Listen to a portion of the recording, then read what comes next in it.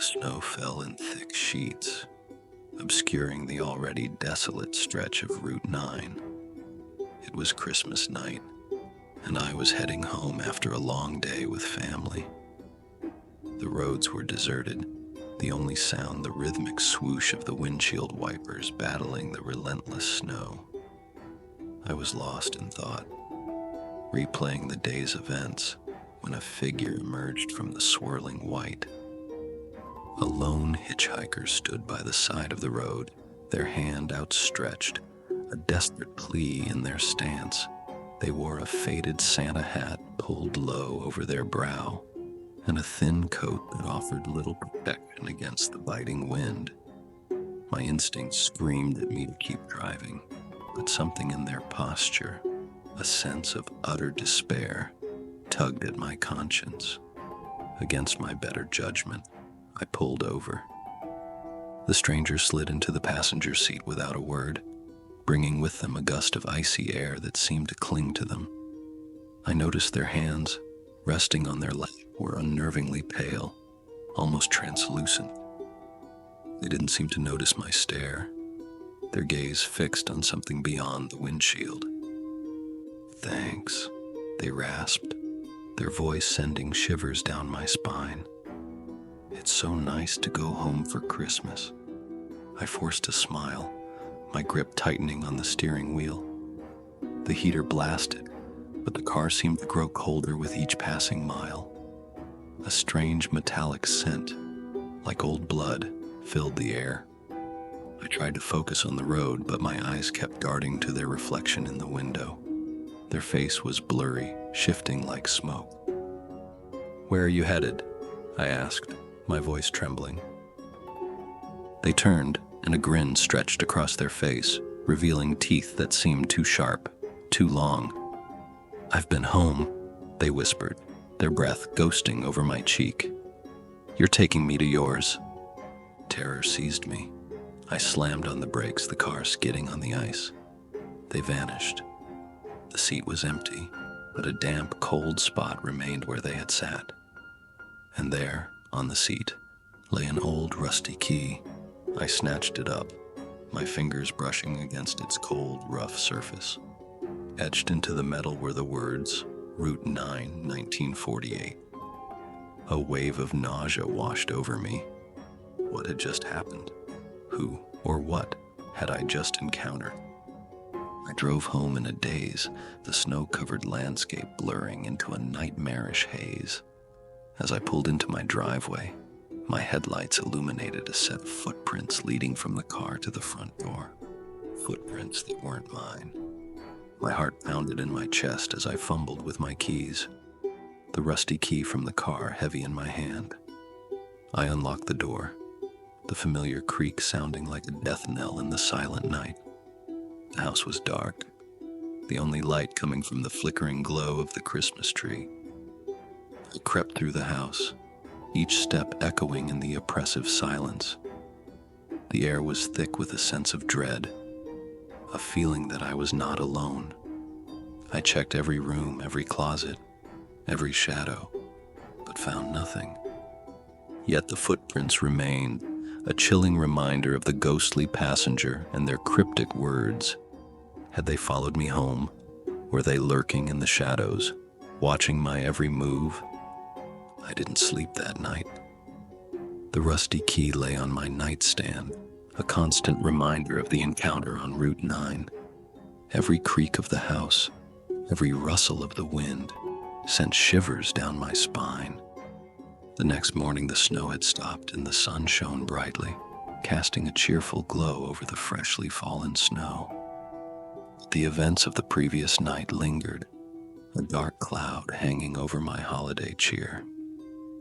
I examined the footprints again, now frozen solid in the daylight.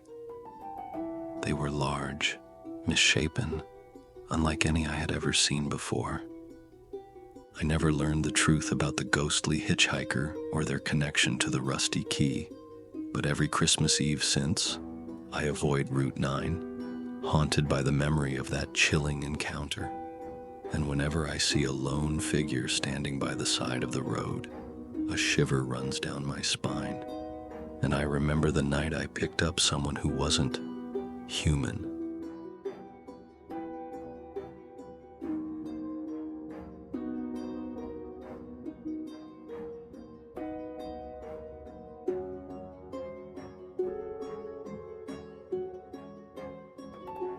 The clock on Beth's dashboard showed 11:47 p.m. as she drove along the deserted highway. Her shift at the diner had stretched longer than usual. The last customer, a thin man with deep-set eyes and a gravelly voice, had left her feeling uneasy. His parting words echoed in her mind. Mile marker 22. Watch for her. She only shows herself to the desperate. At first, Beth had brushed it off as the ramblings of a lonely drifter. But now, alone in the dark, those words felt heavy, amplifying the eerie silence around her. As she continued driving down the road, the mile markers passed slowly, a countdown to something unknown. As she neared the infamous mile marker 22, her headlights flickered, dimming as if the night itself was consuming their light. A thick fog rolled in, wrapping around her car like a shroud. Then, she spotted her. A figure emerged from the mist. The woman wore a tattered dress that clung to her thin body, soaked as if she had just come from a storm. Her hair hung in dark, tangled strands, hiding her face. Beth felt her instincts kick in. "Don't stop. Don't stop," she whispered to herself. The woman's hand shot out, waving frantically, desperation clear in her trembling stance. Against her better judgment, Beth stopped the car. The woman climbed in without hesitation. The cold dampness of her presence filled the space. "Thank you," she said, her voice distant, echoing like a memory. She didn't look up. Her hair veiled her features. "Where are you headed?" Beth asked cautiously, peeking at the rearview mirror. The woman hesitated before whispering, "Turn back. You won't survive the curve." Fear gripped Beth. Her heart raced as unease washed over her.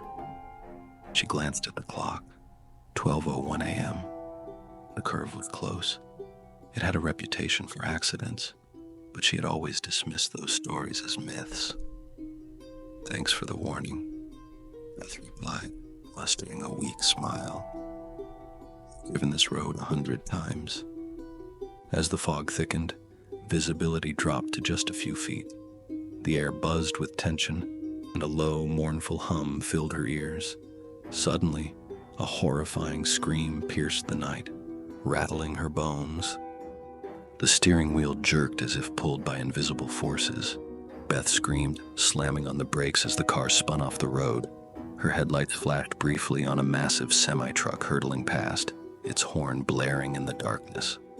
Panting, Beth turned to thank her passenger. The seat was empty. A single wet handprint smeared on the dashboard was all that remained. She sat trembling, the silence closing in around her.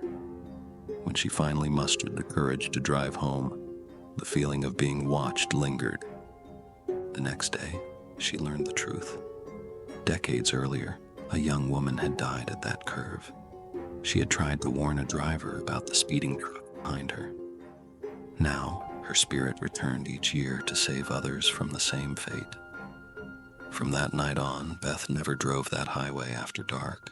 The handprint stayed on her dashboard, a chilling reminder of the phantom who had saved her life.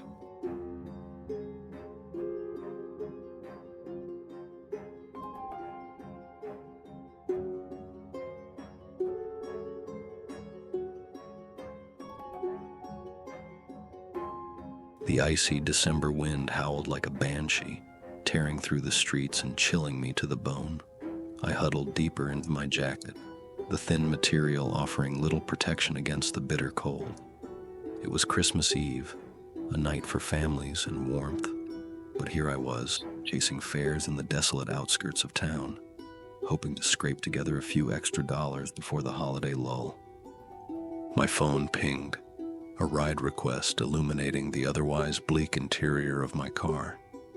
The address was unfamiliar, a street tucked away in a forgotten corner of town, a place I usually avoided, but the fare was promising, and the promise of extra cash outweighed my apprehension.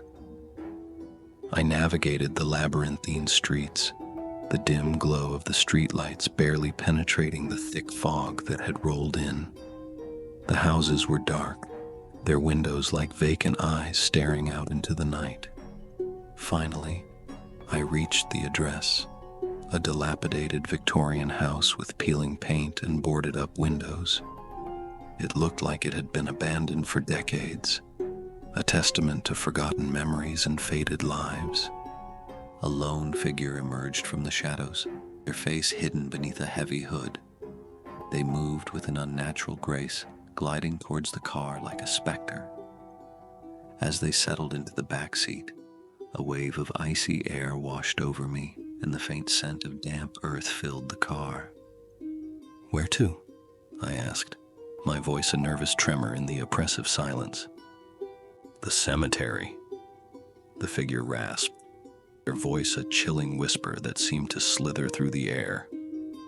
I tried to make conversation, break the tension, but the passenger remained silent, their presence a heavy weight in the confined space. The only sound was the rhythmic thud of the windshield wipers against the sleet-covered glass. As we approached the cemetery gates, the fog thickened, swirling around the car like a ghostly shroud. The temperature plummeted, and despite the heater blasting, a bone-chilling cold seeped into my bones. I glanced nervously in the rearview mirror. The passenger's face remained hidden in the shadows, a void that seemed to absorb the light. Suddenly, a wave of dizziness washed over me. The world around me blurred, and a sense of dread gripped my heart. When I could focus again, I looked in the rearview mirror, and my blood ran cold. The back seat was empty. My foot slammed on the brakes, the car skidding dangerously on the icy road. "Hello?" I yelled, my voice cracking with fear. But there was no answer, only the wind howling through the bare branches of the trees. I stumbled out of the car, cold air biting at my lungs. The cemetery gates loomed before me, their wrought iron bars twisted into menacing shapes. A shiver ran down my spine, and I felt an overwhelming urge to flee. As I turned to leave, a glint of metal caught my eye. A small plaque, half hidden in the overgrown weeds, commemorated a devastating flood that had swept through the town in 1875, claiming the lives of dozens of residents. The passenger's words echoed in my mind. "The storm's coming. The waters will rise. No one is ready."